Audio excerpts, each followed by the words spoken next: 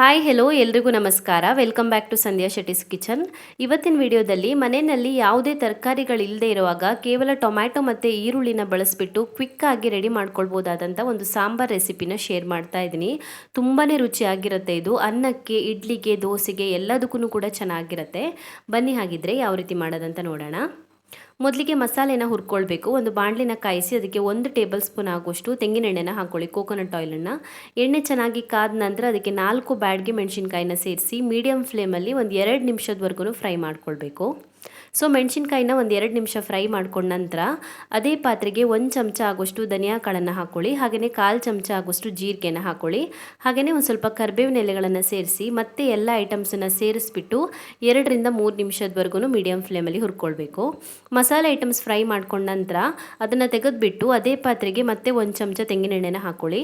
ನಂತರ ಅದಕ್ಕೆ 1 ಕಪ್ ಆಗುವಷ್ಟು ತೆಂಗಿನಕಾಯಿ ತುರಿನ ಸೇರಿಸಿ ತೆಂಗಿನಕಾಯಿ ತುರಿನ ಒಂದು 2 ನಿಮಿಷದವರೆಗೂ ಫ್ರೈ ಮಾಡ್ಕೊಳ್ಬೇಕು. ಜಾಸ್ತಿ ಹೊತ್ತು ಫ್ರೈ ಮಾಡ್ಕೊಳ್ಳೋದು ಬೇಡ.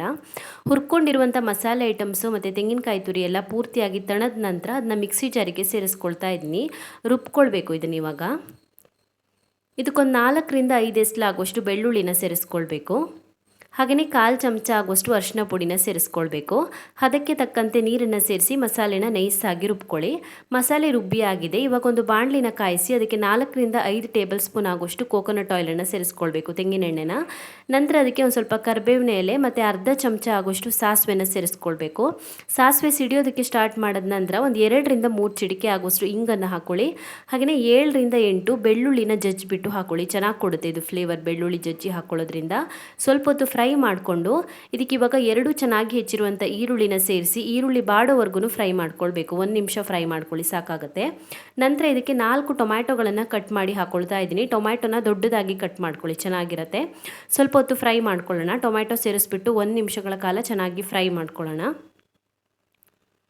1 ನಿಮಿಷ ಟೊಮ್ಯಾಟೊನ ಫ್ರೈ ಮಾಡ್ಕೊಂಡ ನಂತರ ಇದಕ್ಕೆ ಇವಾಗ ನಾವು ರುಬ್ಕೊಂಡಿರುವಂಥ ಮಸಾಲೆನ ಸೇರಿಸ್ಕೊಳ್ಳೋಣ. ಮಸಾಲೆನ ಆದಷ್ಟು ಗಟ್ಟಿಯಾಗಿ ರುಬ್ಕೊಳ್ಳಿ, ಜಾಸ್ತಿ ನೀರು ಹಾಕ್ಕೊಳ್ಬೇಡಿ. ಸೊ ಮಸಾಲೆನ ಸೇರಿಸ್ಬಿಟ್ಟು ಮಸಾಲೆನ ಸ್ವಲ್ಪ ಹೊತ್ತು ಎಣ್ಣೆನಲ್ಲಿನೇ ಫ್ರೈ ಮಾಡ್ಕೊಳ್ಬೇಕು. ಒಂದು 2 ರಿಂದ 3 ನಿಮಿಷಗಳ ಕಾಲ ಮಸಾಲೆನ ಎಣ್ಣೆನಲ್ಲಿನೇ ಫ್ರೈ ಮಾಡ್ಕೊಳ್ಬೇಕು.